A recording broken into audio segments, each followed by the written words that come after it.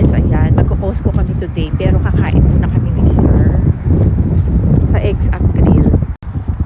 Hi, Sir! Are you ready to bring me to Costco? Let's eat first at Eggs at Grill. Wow, looks so cool.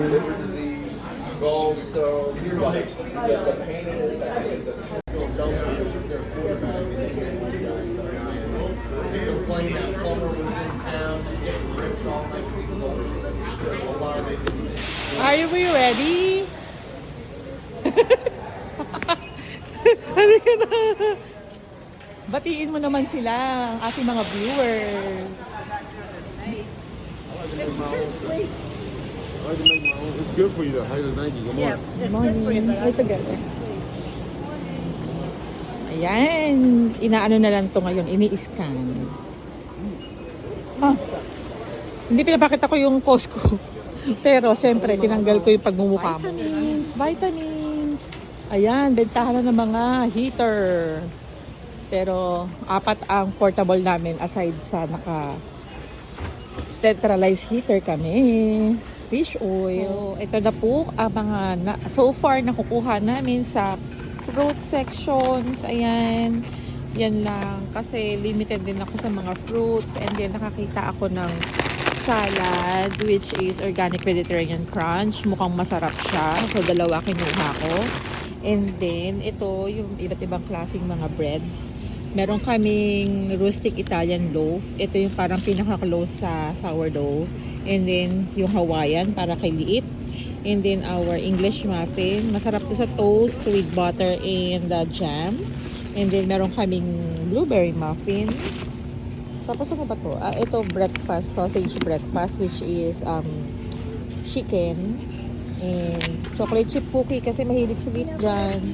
And then, I took some croissant. Almond croissant. Ayan.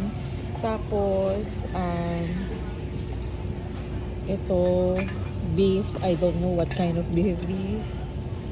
For stew. Ayan. May paggagamitan si Sir Jan. Tapos, kumuha ako ng ground beef na Wagyu.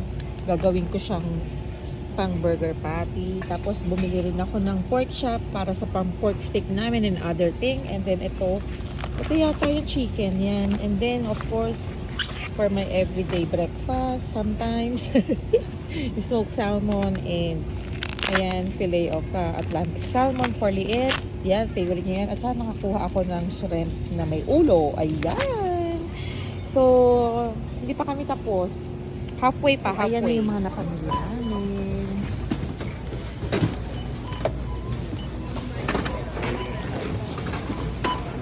So, yun na ka mga Mars ang aming day sa pag-grocery dahil yun ang aming para pang buong isang buwan.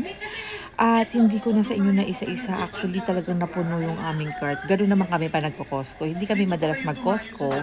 But we see to eat. Pagka nandun kami, lahat ng kailangan namin, especially mga essentials, binibili na namin. So, yun lang. Sana nag-enjoy kayo sa aming walang masyadong ganap sa aming buhay. Yun lang naman ang aming buhay dito sa Amerika. At everyday we strive hard.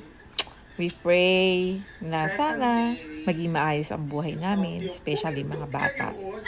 So yun lang. Enjoy tayo, mga kumars!